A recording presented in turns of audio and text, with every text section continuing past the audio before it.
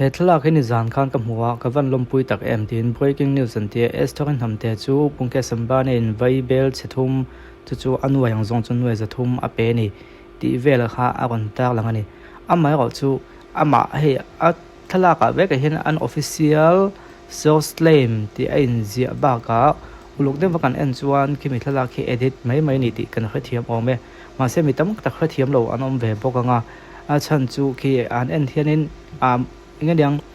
mình sai này thì nói tới bộ anh mấy thế à em có thể say hi thôi địch tộc lâu này à cần phải thấu chút tụi đây họ chọn tụi kinh mấy à bộ hắn lập post cho anh làm đây này hay mình sống thung bạc hạt liềm ta bộ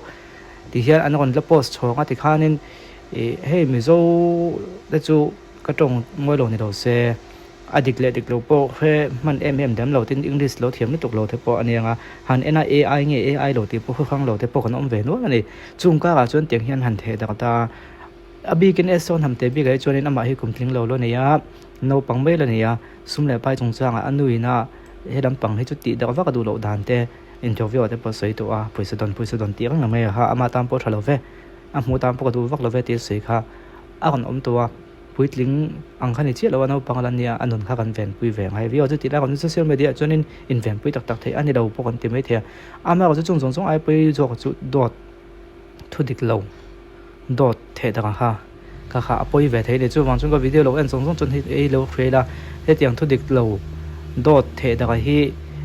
kan han post chonga mi en du ata kan ti ni mai the ma se apoi thei thu dik lo Thehdarh hi a case te po serious ve view thei ni ti kha kan khiat ve tho ome ole ti chuanin kan ti ta sa kan video sponsor tu te en lok tiang o video toy te ari don lo ne second som thum ve lak lo en lok ole DAWT thu dik lo kan ti lai khan he app si tun hai hianin zar video call chat and meet ti hi aron om tara kalam hu big lo Facebook ka mu thowa suang to ti thuya he thil hi ka khria thiam dan chu aron caption tu nei zol khopuya kan he chitam tak ol samzo ka han video call em kom vel thim the na tu ka ta na ol nge deng ka tiang man ruwa ol sam kha anon fak ni na langa AI ma chiam chu thoma se hi agam angzo amol pho ve the na thil Aizawl की 1000 लड़कियां इस ऐप पर एक्टिव हैं तुइवा में हो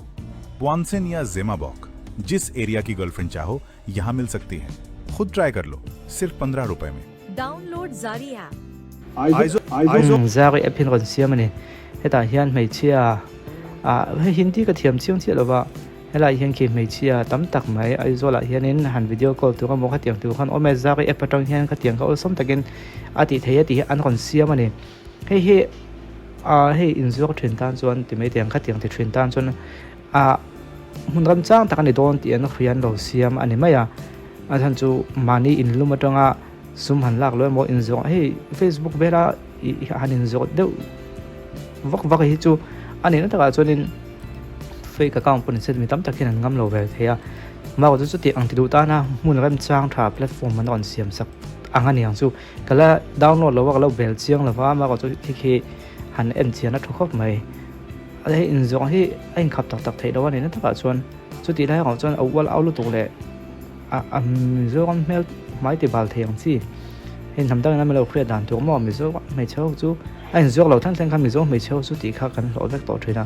chu lai te ko chu film khuang ai ka ti he te hi chu kan thu nei tu ten han thui chiang se za ri app ti hi mo za ri video call chat and meet ti hi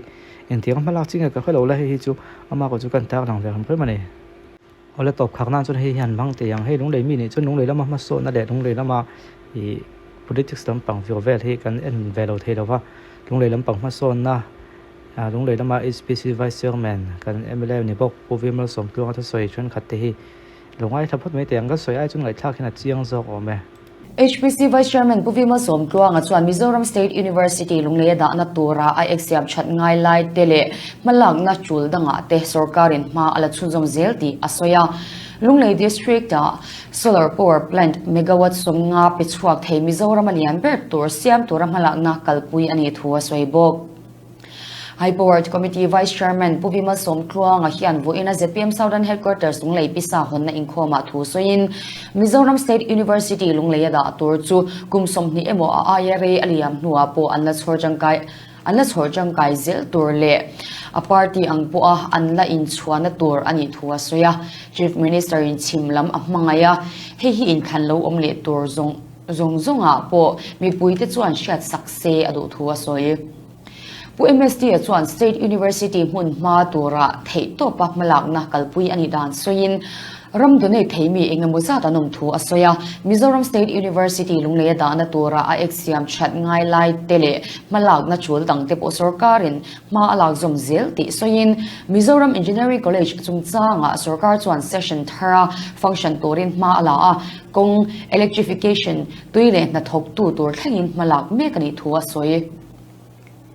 HPC Vice Chairman Chuan High Board Committee lunglei thuam chakna konga Chief Minister in theito choin ma alani na soya HPC fan chu an sarkar chan tira chengwai bel chenni a ti pun ani baka tuna hian an ho tu te malak na changin chengwai bel chethuma ti pun ne tumme kani thu soin tuntam chung hian apun the abese thu asoya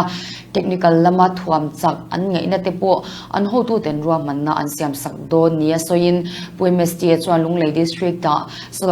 solar power plant megawatt somnga pechuak thei Mizoram alian ber tur siam tura malak na kalpuyani thule hemia tan hian fan po to in company lam nen an indoor fel to thu asoe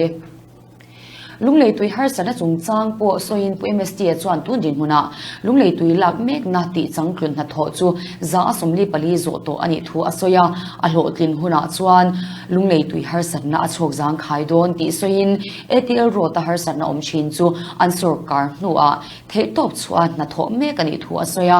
helai kong hi national highway ya buang tur malak mek ani baka electric supply district jail te po thuam chat mek ani thu asoi bok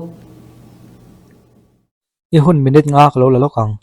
ngai tu na thalo la suang tu na thalo put te hi tu man kan du big me dawa sim te chu kan du ve da tu te pon sim kan du vek ma se sim hi help hian maya ngai tu na thalo pui suang tu na ni lo pui hi kan lo ne na thrin kan tong trai tam tok lo vem nyang le ani lo kan tong trai tam kan ni than kha chu ma se tong trai tam chung pon than kha chu ngai tu na thalo kan nei je thowa eng wang en nyang le kan ti chuan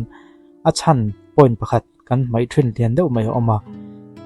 kan thil ngai tu te kan suang tu na thilom te hi khoi tanga lo in siam ngai kan ti chuan kan thil mo le kan thil khria da tongin kan suang tu na te kan ngai tu na te lo in siam thrin ani pudu omam hel han ngai tu te ti lai imi thla kon lang ha zu zut mayang ato soi thrin zong zong te nei ngai tu ngai suang tu ha zung zung mayang ang wa kan ti chuan pudu omam hel chu kan huzinga ato soi te po ngai tha thina video viral toi te te po kan lo mu thina kan suang tu thiam ha zung zung me kan ngai tu thiam ha zung zung me ni ching chip khuwa pu moy mel han ngai tu te le ti tai la I bo hu mayang na chan chu ching chip khuwa pu moy ti ri ngot I la mungai box si lo I la khangai box si lo suang tu dan wa ka thiam lo nga I suang tu thui thei wak lawang zel den vel me mai chawang chu tiang deuh chuan kan thil mu to le kan thil khriat to tang hian kan suang to na hi a in siam thina ni ti kha a chian kha nga ni ti chuanin engwang nge ngai to na thalo te suang to na thalo te kan put nga te kan sim thei lo kan ti chuan tong trai a tha tong trai to ta chuan thil ti to dang pakhat oma ingai to na thalo le suang to na thalo siam thrin tu I thil en thrin le I thil ngai thlak thrin khai thlak phatangai zi ngai thowa I phone ni honga ingai en thrin live player englang ngai thlak thrin thu soi ngai thla tu tu soi ngai thlak thina tu te video ngai en thrin ti te han chut le wang la khang ho ka thlak hlok angai na mai thei ani lo chung kan thil en lo pui kan thil khriat lo pui hi a suang to ngot thei lo kan thil en thrin kan thil ngai thlak thrin hi kan ngai to chun zoma kan du mo du lo mo kan thua ka in thuna ka kan lo suang to kan ngai to ta neu neu thrin ani thil thalo en thrin kan ni chun thil thalo kan suang to thrinang mi chan chin chia soi thrin ingai thlak nem chuan I thian te khan mi an rai lan rai chuan mi chan chin mi chung chang thalo lampang ingai to tam mai don ani chu wang chuan thufing te bung le chang som ni pathuma chuan thil dang mek ai ni thinlung veng thak an na lo chuan ani sia ti thinlung kan ti hian he kan thinlung kan ngai to na kan suang to na khane maya thinlung kan ti chuan he ta kan chara kan thuka kan ngai to na ha bible na se ya chuan ani maya he kan suang to na hi thil thalo lo chuan ani ya nun na lo chuan ani boka Isu Krista kan han po na po kan suang to na ngai to na ding taka tongin takau thiang nim kan don na ti mai tiang khami na kan impol na song song po ngai to na film taka tongin ani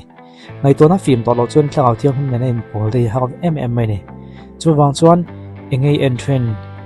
enge ingai thak thrin chu ingai pe mo ma sat chuan si lo wa I